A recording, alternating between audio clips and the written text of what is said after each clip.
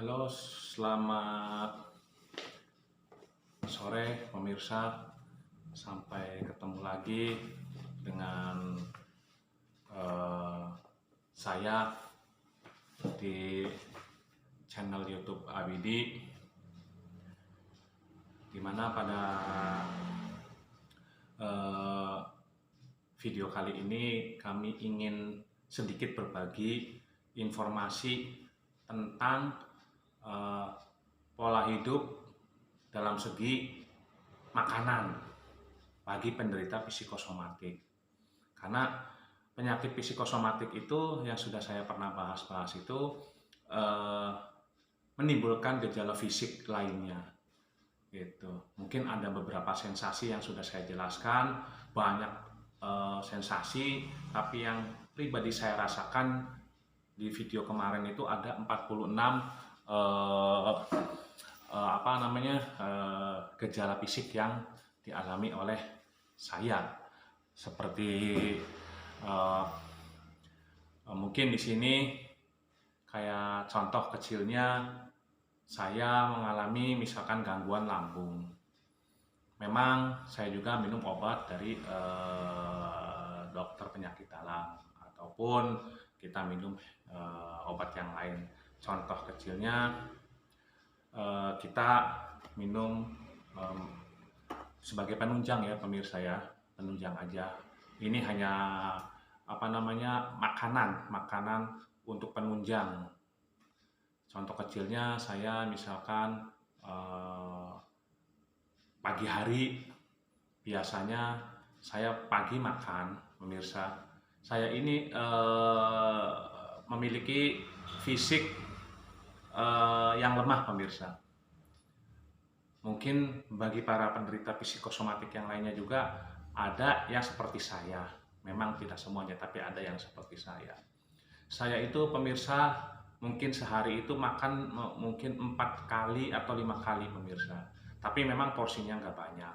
Karena kalau saya misalkan makan 3 kali itu, pemirsa, entah kenapa tiba-tiba saya itu merasa keringat dingin, terus merasa kayak lemas mau pingsan.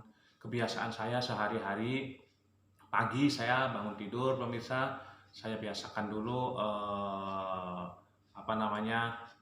sebagai ini minum teh hangat.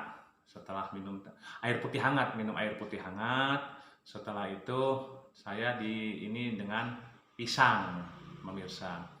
Saya untuk mengganjal perut dulu sambil menunggu istri masak, saya diganjal atau nyemil dengan pisang dulu satu. Untuk apa? Untuk mencegah lambung. Setelah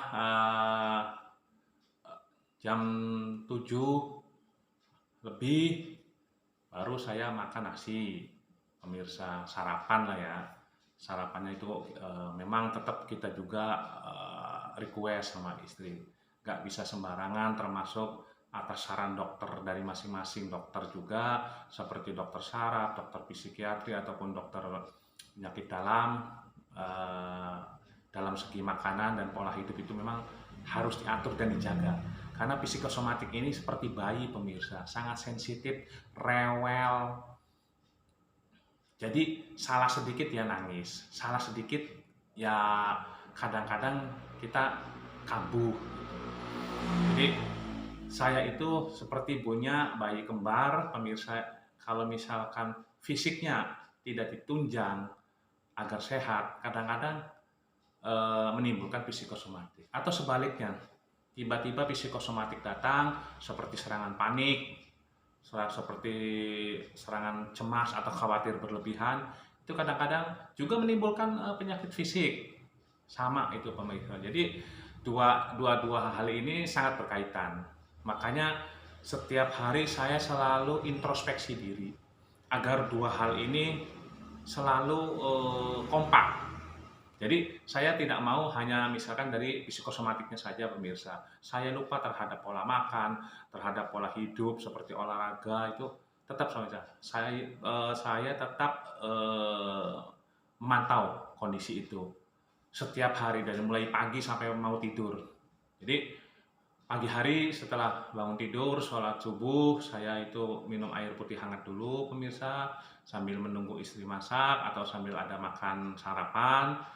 Saya biasanya memakan buah-buahan seperti pisang pemirsa. Nah, pisang dulu, setelah masakan ada, baru di jam 7 saya sarapan. Setelah sarapan biasanya nanti saya itu pemirsa di jam 10 itu sarapan juga, makan. Tapi memang yang ringan seperti bubur ayam pemirsa. Biasanya jam 10, jam setengah 11 itu saya harus sarapan lagi gitu. Oh, habis sarapan itu. Karena kalau saya telat sedikit itu dengan sendirinya pasti keringat dingin keluar. Terus tiba-tiba badan terasa lemas. Jadi dari jarak jam 7 itu saya bangun tidur sampai jam 7 itu sarapan pagi. Memang porsinya sama saya tidak terlalu banyak. Jadi sedikit pemirsa, sedang atau sedikit, tapi banyak gitu. Itu pertama untuk apa? Karena dalam fisik somatik yang pernah saya bahas ada 10 sensasi, di antaranya itu kan ada penyakit pendamping seperti lemas, kadang-kadang tiba-tiba tidak bertenaga, seperti itu. Nah, itu seperti itu pemirsa. Jadi untuk menyiasati metabolisme tubuh itu agar ada asupan gizi atau asupan makanan terus pemirsa.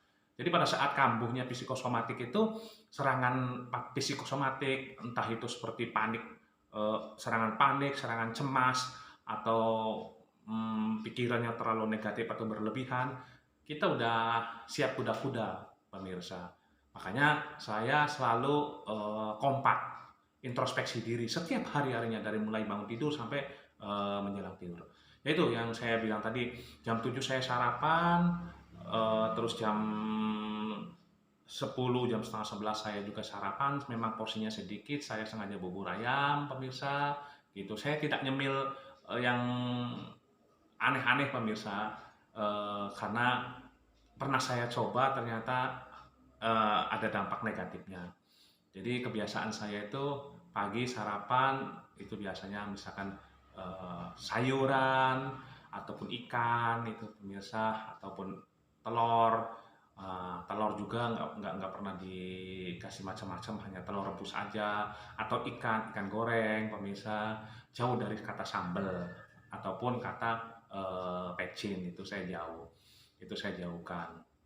Yang sifatnya mengandung kolesterol atau sifatnya akan mengandung hipertensi itu pemirsa. Jadi saya jauhkan. Setelah jam 10, jam setengah 11 kita makan, nanti saya makan lagi pemirsa di jam setengah 2 atau jam 2. Itu makan siang. Memang porsinya sedikit juga pemirsa. Saya makan. Kalau saya lagi di kantor ya saya cari makanan-makanan yang bermenu sayuran gitu. Itu saya makannya nggak banyak juga pemirsa gitu.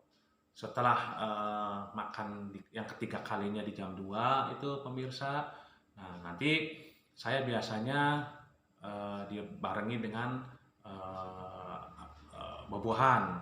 Saya dari rumah ataupun saya nanti cari buah-buahan untuk menunjang energi saya, karena saya mungkin kan beraktivitas seperti bekerja gitu. Jadi saya diimbangi dengan buah-buahan juga pemirsa. Ya, saya makan buah-buahan seperti apel ataupun bir itu pemirsa gitu. Saya seperti itu. Jadi makan saya 3 kali tapi tetap diselingi dengan buah-buahan. Karena saya yang namanya nyemil itu seperti kita misalkan namanya jajanan-jajanan kayak anak-anak itu pemirsa, seperti cilok, seperti somai, itu saya ngurangi karena takut dampaknya. Jadi saya pola hidupnya benar-benar dijaga gitu selama saya menderita psikosomatik ini. Memang penyakit ini rewel pemirsa, sangat rewel sekali, baik dari segi fisiknya maupun segi mentalnya itu sangat rewel pemirsa. Ya itulah, seperti kita punya bayi kembar ya, dan punya bayi gitu. Namanya bayi itu pasti rewel, apalagi kembar pemirsa. Jadi memang kita harus dua fokus. Nah, setelah jam 2 saya makan itu menjelang maghrib itu saya tetap ngemil pemirsa, tapi dengan buah-buahan. buah, misalkan apa, saya apel atau pisang lagi saya makan, atau kita beli buah-buahan aja lah. Sifatnya untuk metabolisme tubuh, untuk apa namanya, biar energi itu nggak kosong gitu.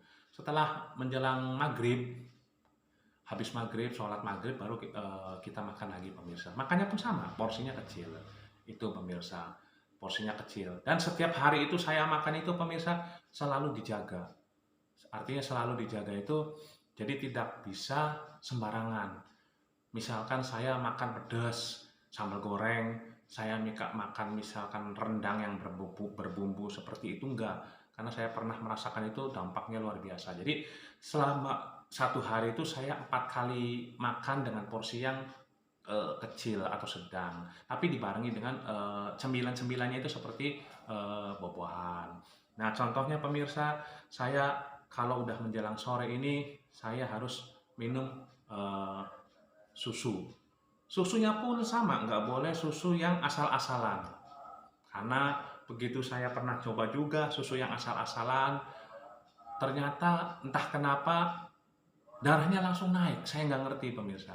Makanya saya beli susu yang seperti ini pemirsa ya, yang susu low fat. Ya, di sini untuk apa namanya, rendah lemak pemirsa, low fat. Terus pemirsa mungkin kelihatan kegunaannya itu ya. Nah, susunya pun harus susu eh, pesen di online. Di apotek itu saya cari tuh mereka tidak ready stock, atau di toko-toko itu mereka tidak ready stock. Saya belinya online. Saya untuk mengimbangi susu ini, susu skim. Susu skim itu bisa untuk diminum maupun bisa untuk pengganti kari ayam. Nah, itu saya sudah konsultasi dengan dokter dengan apa namanya, ahli gizi pada saat saya dirawat di rumah sakit. Dia ngasih saran seperti itu. Nah, makanya saya sudah lama juga membiasakan minum susu, tapi susunya susu skim yang low fat. Nah, di sininya itu kan keterangannya kan bebas lemak, bebas kolesterol, tinggi kalsium, tinggi protein. Itu persis pemirsa, jam segini saya minum. Jadi tadi jam 2 saya udah makan, ini jam 4 pemirsa. Jam 4 itu saya minum susu pemirsa. Karena apa? Untuk menunggu nanti di jam setengah 7 untuk makan atau makan malam. Itu pemirsa. Nah, jadi sekarang saya waktunya minum susu, dan ini juga sama, saya kalau pagi hari minum ataupun di siang hari saya minum teh hangat manis. Saya nggak bisa berlebihan yang manisnya karena takutnya nanti diabetes pemirsa. Jadi saya juga tetap apa namanya, eh, saya menyediakan ini juga, sweetener. Sweetener artinya apa? Ini saya harus minum manis tapi jangan pakai gula biasa karena menjaga juga diabetes gitu. Jadi memang apik pemirsa, saya dipilih gitu. Terus selain itu juga, saya selain minum makanan-makanan yang sudah saya tunjukin, saya juga minum madu pemirsa. Ini saya juga minum madu. Ini saya minum madu juga gitu. Sama ini juga untuk metabolisme tubuh juga. Jadi saya tuh pemirsa sinkron, kolaborasi antara makanan satu dengan makanan yang lain. Saya kontrol pemirsa, setiap hari-harinya itu, dari mulai bangun pagi sampai mau tidur itu saya kontrol. Itu jadwalnya sama pemirsa. Setiap jam bangun tidur sampai jam segini saya harus begini makannya. Setiap jam segini saya harus begini terus pemirsa, sampai ketemu nanti tidur lagi gitu. Jadi makanan-makanan yang saya apa namanya, minum atau saya konsumsi ini adalah penunjang untuk mensiasati sensasi gejala dari psikosomatik yang seperti saya sebutkan. Ada 10 yang saya derita, seperti jantung berdebar, seperti darah tinggi, itu kan amit-amit pemirsa kan kolesterol juga gitu, ataupun nanti diabetes juga. Kita makan yang manis terlalu banyak takutnya nanti ke diabetes. Makanya saya minum yang tadi saya bilang apa namanya ini sweetener seperti ini pemirsa gitu. Ini untuk bagian daripada teh hangat atau teh hangat manis. Dan susunya pun sama. Saya nggak minum susu sembarangan, di apotek nggak ada, saya beli lewat online.